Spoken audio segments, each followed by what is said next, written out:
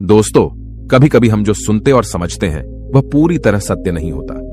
आपने कई महापुरुषों की बातें सुनी होंगी, कई बुद्धिमानी पुरुषों और गुरुदेवों की बातें सुनी होंगी। उनका कहना यह होता है कि सांसारिक जीवन मोह और माया से भरा हुआ है।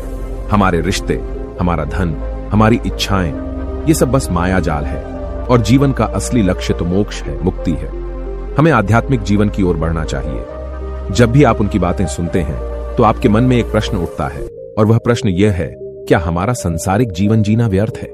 क्या हमें केवल आध्यात्मिक जीवन जीना चाहिए? क्या हमें खुद की खोज करनी चाहिए? क्या हमें संसार के सुख का आनंद नहीं लेना चाहिए? जो लोग इस सांसारिक जीवन में फंसे हुए हैं, क्या उनका जीवन पूरी तरह से व्यर्थ है? किसी को अपने माता पिता के लिए धन कमाना है तो कोई अपने परिवार को सुखी देखना चाहता है, कोई अपने बच्चों की चिंता में दुखी है तो कोई अपने लिए कुछ करना चाहता है, नाम कमाना चाहता है, कोई अपनी प्रेमिका को खुश रखना चाहता है, कोई अपने प्रेमी को पाना चाहता है, कोई बड़ा आदमी बनना चाहता है तो कोई राज करना चाहता है, कोई साधारण जीवन जीना चाहता है। इसी प्रकार हम सभी के तरह तरह के सपने हैं, तरह तरह के विचार हैं। हम सभी को अपने जीवन में कुछ ना कुछ तो चाहिए ही, परंतु ये सभी बुद्ध पुरुष जब हमारे सामने आते हैं तो हमारे इन सपनों को तोड़ मरोड़ के रख देते हैं। जब कहते हैं कि सांसारिक जीवन व्यर्थ है और खुद को जानो, खुद को पहचानो, आध्यात्मिकता की राह पर चलो, तब उस वक्त हमारे मन में, हमारे मस्तिष्क में तरह तरह के विचार उत्पन्न होने लगते हैं। तब हमें यह समझ नहीं आता कि आखिर हम सांसारिक जीवन जिए या फिर आध्यात्मिक जीवन। आखिर हम क्या करें? आपके साथ भी कभी न कभी ऐसा तो हुआ ही होगा। क्या आपके भी मन में ऐसे कोई प्रश्न हैं तो आप हमें कमेंट में जरूर बताइएगा। चलिए आगे बढ़ते हैं और इसके पीछे की वास्तविकता को जानते हैं, और इन सब के बीच हमें जीवन में संतुष्टि कैसे मिलेगी, हम पूरी तरह से खुश कैसे रह सकते हैं। क्या हमें सब कुछ छोड़कर एक बौद्ध भिक्षु की तरह सब कुछ त्याग कर आनंद मिलेगा? हमारे रिश्ते, पैसा कमाने की इच्छाएं, परिवार के साथ संबंध, हमारे दोस्त, क्या यह कुछ मायने नहीं रखते? दोस्तों, वास्तविकता तो यही है कि आप उन बुद्ध पुरुषों की बातों को अच्छी तरह से समझ ही नहीं पा रहे, क्योंकि वो कहना कुछ और चाहते हैं और आप उनकी बातों का मतलब कुछ और ही निकाल रहे हैं। आप उनकी बातों से कुछ और ही समझ रहे हैं। महात्मा बुद्ध खुद ही कहते थे कि उन्हें गरीबी पसंद नहीं है। वे यह कहते थे कि आपको सफलता प्राप्त करने के लिए आर्थिक रूप से सक्षम बनना आवश्यक है। इसका मतलब है कि जब तक आप गरीब हैं और आपके पास आर्थिक साधनों की सामग्री नहीं है, तब तक आप अपने आत्मा की खोज में आगे नहीं बढ़ सकते। और ठीक उसी के विपरीत संपन्नता और अमीर होना भी आपके आध्यात्मिक मार्ग की बाधा बन जाती है। कई महापुरुषों ने, कई बौद्ध पुरुषों ने अपनी बातें बहुत ही सीधी और सरल भाषा में कही है, लेकिन हम सभी उन बातों का अर्थ कुछ और ही निकाल बैठते हैं। हम सभी उनकी बातों को समझ नहीं पाते, क्योंकि उनकी बातें रोजमर्रा की जिंदगी से बिल्कुल अलग होती है। वे लोग कहना तो कुछ और चाहते हैं, लेकिन हम में से ज्यादातर लोग उनकी बातों का मतलब कुछ और ही निकाल लेते हैं और उसे अपने जीवन में उतारकर हम अपना पूरा जीवन पूरी तरह से बर्बाद कर लेते हैं। चलिए इसे कहानी के माध्यम से समझते हैं।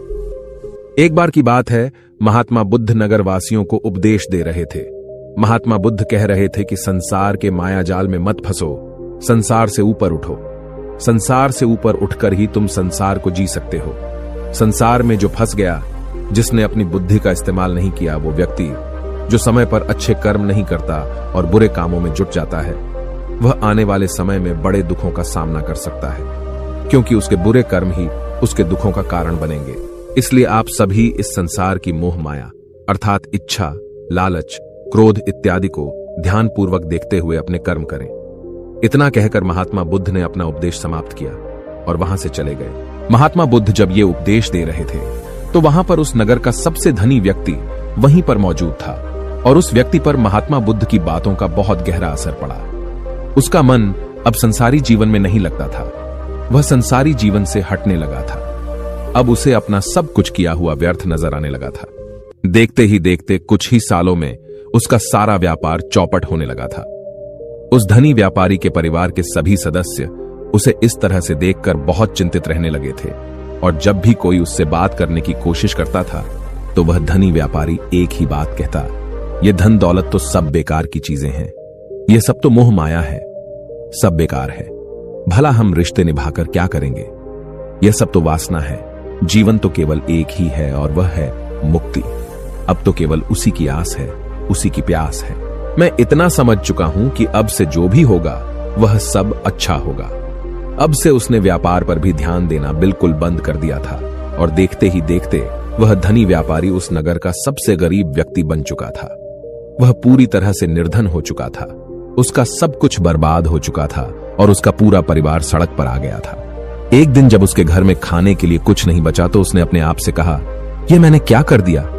सब कुछ तो बहुत अच्छा चल रहा था, लेकिन मैंने अपने हाथों ही सब कुछ बर्बाद कर दिया। आज मेरे परिवार का हर एक सदस्य भूखा है। उनके पास खाने के लिए कुछ नहीं और मैं उनके लिए कुछ नहीं कर पा रहा। वह यह सब सोच ही रहा था कि तभी उसे याद आया कि उसने महात्मा बुद्ध की बातों में आकर अपना जीवन बर्बाद कर लिया। न तो उसे मुक्ति मिली और न ही धन। वह सोच रहा था, मैं तो कहीं का नहीं रहा। थोड़े थोड़े भोजन के लिए भी आज मुझे रोज मरना पड़ता है। हर रोज मुझे मेहनत करनी पड़ती है, तब जाकर मेरे परिवार को 2 वक्त की रोटी मिल पाती है। अपने परिवार की इस तरह से बुरी हालत देखकर उससे रहा नहीं गया। वह बहुत चिंतित रहने लगा था। वह बहुत परेशान हो चुका था। एक दिन वह अपने घर से भाग गया। रास्ते में जब वह आगे बढ़ रहा था तब उसके मन में ख्याल आया कि वह कहां जाएगा, किससे मदद मांगेगा, आखिर अब उसका साथ कौन देगा। तभी उसे याद आया कि उसे महात्मा बुद्ध के पास ही जाना चाहिए, क्योंकि बुद्ध के कारण ही आज उसकी यह हालत है। उसके हालात के जिम्मेदार तो वही है। मैं तो सीधा सीधा अपने मार्ग पर जा रहा था, लगातार अपने व्यापार में उन्नति कर रहा था। लेकिन जब से मैंने उनकी बातें सुनी तब से मेरा मन विचलित हो गया।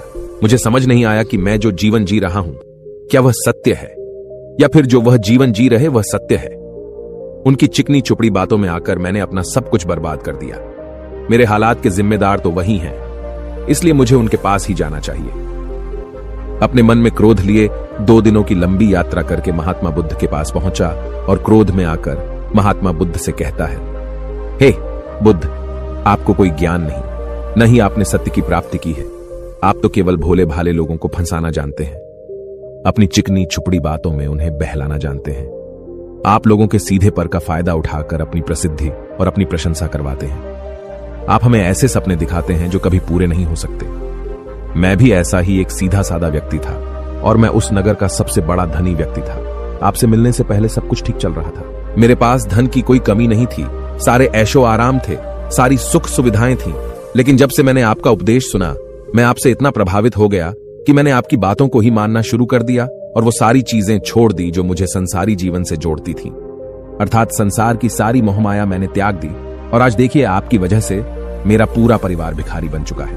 वह छोटी सी कुटिया में रहता है, यहां तक कि रोज के खाने के लिए भी हमें तिल तिल मरना पड़ता है। आपकी वजह से मैं पूरी तरह से बर्बाद हो चुका हूं। उस व्यक्ति के इतना कहने के बाद महात्मा बुद्ध शांति से मुस्कुराते हुए उस व्यक्ति से कहते हैं, आखिर तुम्हारे साथ क्या हुआ है और तुमने मेरी बातों का क्या मतलब निकाला? इस पर वह व्यक्ति महात्मा बुद्ध को सारी बातें बता देता है। आप कहते हैं कि धन दौलत की इच्छा करना, ये कामना, ये वासना से बुरी है। आप संसारिक जीवन को बुरा कहते हैं और खुद इस संसार में आकर भिक्षा मांगते हैं। आप आध्यात्मिक जीवन को अच्छा बताते हैं, किंतु मेरा एक प्रश्न है, इस आध्यात्मिक जीवन से हमें क्या मिलता है? इससे हमें क्या लाभ? आपने कहा था कि हमें आध्यात्मिक जीवन से सुख प्राप्त होता है, लेकिन मैंने तो जब से आध्यात्मिक जीवन अपनाया है तब से मुझे केवल दुख ही दुख मिला है। यहां तक कि मेरे पास जो कुछ भी था वह भी सब मैं खो बैठा हूं। आप लोगों को झूठा सुख दिखाकर उन्हें अंधकार में ढकेल देते हैं। क्या यह वास्तविकता नहीं है? इस पर महात्मा बुद्ध मुस्कुराते हुए उस व्यक्ति से कहते हैं, बेटा, तुम बहुत दूर से आए हो, अभी तुम विश्राम कर। रात को आकर मैं तुम्हें तुम्हारे सभी प्रश्नों का जवाब दे दूंगा। पहले तो उस व्यक्ति ने इनकार किया, लेकिन महात्मा बुद्ध के आग्रह पर वह व्यक्ति महात्मा बुद्ध की बात मान गया और आश्रम में जाकर विश्राम करने लगा। रात्रि के बाद महात्मा बुद्ध उस व्यक्ति के पास आए और कहा, बेटा, मैंने एक व्यक्ति की बात सुनी। वह कह रहा था कि एक हाथी हवा में उड़ रहा था और वह अपने पर तेजी से मारता हुआ हवा में चला जा रहा था। उसने तो यह भी देखा कि एक बड़ी मछली अपने पैरों से जमीन पर चल रही थी और एक कुत्ता समुद्र की गहराइयों में सांस ले रहा था। इतना कहकर महात्मा बुद्ध शांत हो गए। वो व्यक्ति महात्मा बुद्ध की सारी बातें सुनकर महात्मा बुद्ध से कहता है, हे तथागत, उसके आगे क्या हुआ? आखिर आप चुप क्यों हो गए? तभी महात्मा बुद्ध उस व्यक्ति को समझाते हुए कहते हैं, बेटा, क्या तुम्हें लगता है कि ऐसा वास्तव में हो सकता है? इस पर व्यक्ति जवाब देते हुए कहता है, बुद्ध, अगर आप कह रहे हैं तो यह अवश्य ही सच होगा, क्योंकि आप इतने बड़े ज्ञानी हैं। आपने सत्य की प्राप्ति की है तो आपके मुख से निकला हुआ हर एक शब्द तो सत्य ही होगा।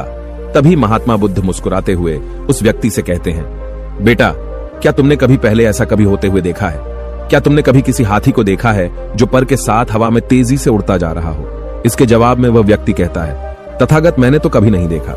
तभी महात्मा बुद्ध कहते हैं, तुमने मुझसे प्रश्न क्यों नहीं किया कि आखिर वह हाथी आकाश में कैसे उड़ सकता है? इसके जवाब में व्यक्ति कहता है, हे तथागत, आपके मुख से सुनकर मुझे ऐसा लगा कि मानो वह सत्य हो, और आप कह रहे हैं तो यह सत्य ही होगा, इसलिए मैंने आपसे एक भी बार प्रश्न नहीं किया। तभी महात्मा बुद्ध उस व्यक्ति को समझाते हुए कहते थे, कभी किसी की बातों पर मत जाना, बल्कि खुद विचार करो। स्वयं सोचो कि उस बात में कितनी सच्चाई है। जो व्यक्ति कह रहा है, क्या वह सच है? आखिर वह कहना क्या चाहता है? हो सकता है कि वह कुछ और कहना चाहता हो और तुम उसका अर्थ कुछ और ही निकाल रहे हो। कम से कम तुम्हें एक बार प्रश्न करके यह समझना तो चाहिए कि आखिर वह कहना क्या चाहता है। अगर तुम मुझसे पूछते कि आखिर वह हाथी हवा में कैसे उड़ सकता है, तो इसका जवाब मैं तुम्हें अवश्य देता। मैं तुम्हें ऐसा बताता कि एक छोटा सा बच्चा अपने खिलौनों के साथ खेल रहा है। वह हाथी को हवा में उड़ा रहा है और कुत्ते को पानी में डूबा रहा है, और रही बात मछली की, तो वह उसे जमीन पर चला रहा है। क्या ऐसा संभव नहीं हो सकता? इसके जवाब में व्यक्ति कहता है, हां, बिल्कुल ऐसा हो सकता है कि महात्मा बुद्ध उस व्यक्ति को कहते हैं। इसी प्रकार मैं कभी किसी को निर्धन या गरीब होने के लिए नहीं कहता। निर्धनता या गरीबी तुम्हारे विकास में बाधक बन जाती है, जिससे तुम और कुछ नहीं सोच पाते, न ही कुछ समझ पाते हो। इन भिक्षुओं को देखो, जब इन्हें भोजन की आवश्यकता होती है तो ये भिक्षा मांगने के लिए निकल पड़ते हैं। लेकिन यह भिक्षा कहां से आती है? इसके जवाब में व्यक्ति कहता है, हे तथागत, हर कोई रोज मेहनत करता है ताकि उसके परिवार का पालन पोषण हो सके, और जो वह मेहनत करता है उसके बदले में उसे कुछ पैसे मिलते हैं। उन पैसों से भोजन खरीदता है, और वही भोजन वह आपको भी सौंपता है, और वहीं से भिक्षा आती है। तभी महात्मा बुद्ध उस व्यक्ति से एक और प्रश्न करते हैं, बेटा, यह बात तो सत्य है, लेकिन तुम क्या मुझे यह बता सकते हो कि आखिर यह धन कहां से आता है? इसका जवाब देते हुए व्यक्ति कहता है, हे तथागत, धन तो सभी लोग अर्जित करते हैं, सभी कमाते हैं। तभी महात्मा बुद्ध इस व्यक्ति को समझाते हुए कहते हैं, ठीक इसी प्रकार दुनिया में यदि हर कोई भिक्षा मांगने लग जाए तो आखिर भोजन कहां से आएगा? अनाज कौन उगाएगा? व्यापार कौन करेगा? और लोगों की रक्षा के लिए धन कहां से इकट्ठा होगा? लोगों की जरूरतें कैसे पूरी होगी? यह सुनकर व्यक्ति थोड़ा सा अचरज में पड़ गया और महात्मा बुद्ध से कहता है, किंतु हे तथागत, आप ही तो कहते हैं कि मनुष्य की इच्छा, कामना और वासना, लालच और क्रोध, ये सभी मनुष्य के विकार हैं और हमें इनसे दूर रहना चाहिए, तभी वह आत्मज्ञानी कहलाता है। तभी महात्मा बुद्ध कहते हैं, बेटा, मैं तो अभी भी यही कह रहा हूं कि मनुष्य को इन सब चीजों से दूर रहना चाहिए। इस पर व्यक्ति महात्मा बुद्ध की बात काटते हुए कहता है, हे तथागत, पर दुनिया तो इसी पर चल रही है, इसके बिना भला यह संसार कैसे चल सकता है? हर किसी को पैसों की जरूरत है। बिना पैसों के वह अपने परिवार को नहीं चला सकता, वह अपने परिवार का पालन पोषण नहीं कर सकता, वह अपने परिवार के लिए भोजन नहीं ला सकता, और यदि वह पैसे नहीं कमाएगा तो वह भूखा मर जाएगा। तभी महात्मा बुद्ध कहते हैं, बेटा, यह संसार इन चीजों से नहीं चल रहा, इन चीजों से बिगड़ रहा है। इस पर व्यक्ति कहता है, हे तथागत, आखिर आप क्या कहना चाहते हैं? मैं आपकी बात समझ नहीं पा रहा। संसार में इच्छा, कामना, वासना और क्रोध ही तो है, और जब हम इनका त्याग कर देते हैं तब हम आध्यात्म के मार्ग की ओर आगे बढ़ते हैं, अर्थात मुक्ति के मार्ग पर, यानी कि हम सन्यासी के मार्ग पर चलते हैं। इस पर महात्मा बुद्ध जवाब देते हुए कहते हैं, बेटा, तुमने जो कुछ कहा वह भी एक बहुत बड़ा सत्य है। इच्छा, कामना, वासना और क्रोध, ऐसे ही बुरी भावनाओं को छोड़ देने से हम संसार छोड़कर सन्यासी हो जाते हैं, और इन्हीं सभी चीजों को छोड़कर भी हम संसार में जी सकते हैं, धन कमा सकते हैं, मान, पद, प्रतिष्ठा और सम्मान कमा सकते हैं, क्योंकि हम सब अपना कर्म ही तो कर रहे हैं। एक किसान खेती करता है, पर वह अपनी खेती बिना बुरी भावनाओं के भी कर सकता है। एक व्यापारी व्यापार करता है, और इस व्यापार में चीजों को यहां से वहां पहुंचाना होता है, और वह व्यापारी इन चीजों को बिना बुरी भावना के कर सकता है। ठीक उसी प्रकार एक राजा भी अपनी प्रजा की रक्षा करता है, और वह भी अपने कर्म बिना किसी बुरी भावना के कर सकता है। और एक भिक्षु इन सभी लोगों को सही प्रकार और सही कार्य करने के लिए मार्गदर्शन करते हैं, जो उस भिक्षु का कर्म है, जो उसका कार्य है। और जो व्यक्ति जागृत होकर अपने कर्मों का सही पालन करता है, वास्तविकता में वही सन्यासी है, वही भिक्षु है, क्योंकि हम जो भी कर्म कर रहे हैं वह हमारा इस संसार में रहने के लिए, जीवित होने के लिए, जीवन जीने के लिए केवल एक माध्यम मात्र ही है। उसे छोड़कर हम कुछ भी नहीं पा सकते, और हमारे सभी कर्म करते हुए हमारा मुख्य उद्देश्य जागृत होना है, खुद को पहचानना है, खुद को जानना है। एक बार यदि हमारे भीतर ज्ञान का उदय हो गया, तब हम चाहे जो भी करें, वह फिर संसारी हो या सन्यासी, सब एक ही होते हैं। इस पर व्यक्ति महात्मा बुद्ध से कहता है, हे बुद्ध, किंतु मैंने तो देखा है कि आप अपने संघ में उन लोगों को भी शामिल कर लेते हैं जो लोग अपने परिवार को छोड़कर आए, अपने माता पिता को छोड़कर आए हैं, अपने बीवी बच्चों को छोड़कर आए हैं। क्या आप उनसे कभी यह कहते हैं कि जाकर अपनी जिम्मेदारियां पूरी करो? जाओ, अपनी जिम्मेदारियां संभालो और धन कमाओ और वहीं पर रहकर तुम आत्मज्ञान प्राप्त करो। उस व्यक्ति के प्रश्न का जवाब देते हुए महात्मा बुद्ध कहते हैं, भक्ति, क्या तुम शांति को हवा में उड़ा सकते हो? इसके जवाब में वह व्यक्ति कहता है, नहीं, मैं नहीं उड़ा सकता। तभी महात्मा बुद्ध कहते हैं, केवल एक बच्चा ही हाथी को हवा में उड़ा सकता है। ठीक उसी प्रकार जिस व्यक्ति को जो बनना है वह तो वह बनकर ही रहेगा। जैसे किसी व्यक्ति को राजा बनना है तो वह राजा बनेगा, किसी व्यक्ति को व्यापारी बनना है तो वह व्यापारी बनेगा। ठीक इसी प्रकार यदि किसी व्यक्ति को आत्मज्ञान की प्राप्ति करनी है तो उसे सब कुछ तो त्यागना ही होगा। आगे महात्मा बुद्ध उस व्यक्ति से कहते हैं, बेटा, क्या तुम सब कुछ छोड़कर आत्मज्ञान के मार्ग पर आगे बढ़ते, या फिर तुम यह सोच रहे थे कि इस रास्ते पर चलकर जीवन आसान हो जाएगा, जो होगा सब अच्छा होगा, सब कुछ अपने आप ही मिलने लगेगा, मुझे तो कुछ करने की आवश्यकता ही नहीं पड़ेगी, सारे दुख दर्द सब कुछ समाप्त हो जाएगा और जीवन में चमत्कार होने लगेगा और अंत में मुक्ति भी मिल जाएगी। महात्मा बुद्ध की यह बात सुनकर उस व्यक्ति को अपनी गलती का एहसास हो गया। पदोन्नति महात्मा बुद्ध के चरणों में गिर पड़ा और कहने लगा, हे तथागत, आप सत्य कहते हैं। मैंने तो कुछ ऐसा ही सोचा था, क्योंकि मेरा व्यापार सही नहीं चल रहा था तो मुझे लगा कि सब कुछ छोड़कर सब मिल जाएगा, मुझे कुछ करने की आवश्यकता ही नहीं पड़ेगी और मेरे सारे दुख दर्द हमेशा हमेशा के लिए खत्म हो जाएंगे और मैं आत्मज्ञान भी प्राप्त कर पाऊंगा। तभी महात्मा बुद्ध उस व्यक्ति से कहते हैं, बेटा, भिक्षु हो जाना कोई आसान बात नहीं है, इसके लिए सब कुछ त्यागना पड़ता है। एक एक चीज जिसे तुम बहुत प्रेम करते हो, वह सारी चीजें तुमसे एक एक करके दूर हो जाती हैं। तो क्या तुम भिक्षु बनने के लिए तैयार हो? क्या तुम सब कुछ छोड़कर आध्यात्म के मार्ग में आगे बढ़ना चाहते हो? इसके जवाब में व्यक्ति कहता है, हे तथागत, मुझे मेरी गलती का एहसास हो चुका है, मुझे भिक्षु नहीं बनना, मैं तो व्यापारी ही ठीक हूं, मैं तो अपने संसारी जीवन में ही ठीक हूं। परंतु अब भी मेरे मन में एक प्रश्न शेष बचा है, अगर आपकी आज्ञा हो तो वह प्रश्न भी मैं आपसे पूछना चाहूंगा। तभी महात्मा बुद्ध उसे आज्ञा देते हैं। इस पर व्यक्ति कहता है, हे तथागत, आप ही तो कहते हैं कि धन नहीं कमाना चाहिए। पद, प्रतिष्ठा, अहंकार हमें दुख की ओर ले जाते हैं और संसार में यही तो है और क्या है। यदि हमें संसारी जीवन जीना है तो हमें यह सब तो करना ही पड़ेगा। तभी महात्मा बुद्ध मुस्कुराते हुए उस व्यक्ति से कहते हैं, क्या तुम्हें भूख लगी है? इस पर व्यक्ति कहता है, हां तथागत, मुझे बहुत भूख लगी है। तभी महात्मा बुद्ध उस व्यक्ति को भोजन करवाते हैं। उसे भरपेट भोजन खिलाने के बाद महात्मा बुद्ध उस व्यक्ति से कहते हैं, लो और खाओ, ये सब तुम्हारे लिए ही है। इसके जवाब में वह व्यक्ति कहता है, तथागत, मैं पहले ही बहुत ज्यादा खा चुका हूं, अब मुझसे और नहीं खाया जाएगा, मेरे पेट में अब थोड़ी भी जगह नहीं रह गई है। यदि मैंने और अधिक खाया तो मेरा पेट दर्द करने लग जाएगा और फिर मुझे तरह तरह की परेशानियां होने लगेंगी, मैं परेशान हो जाऊंगा।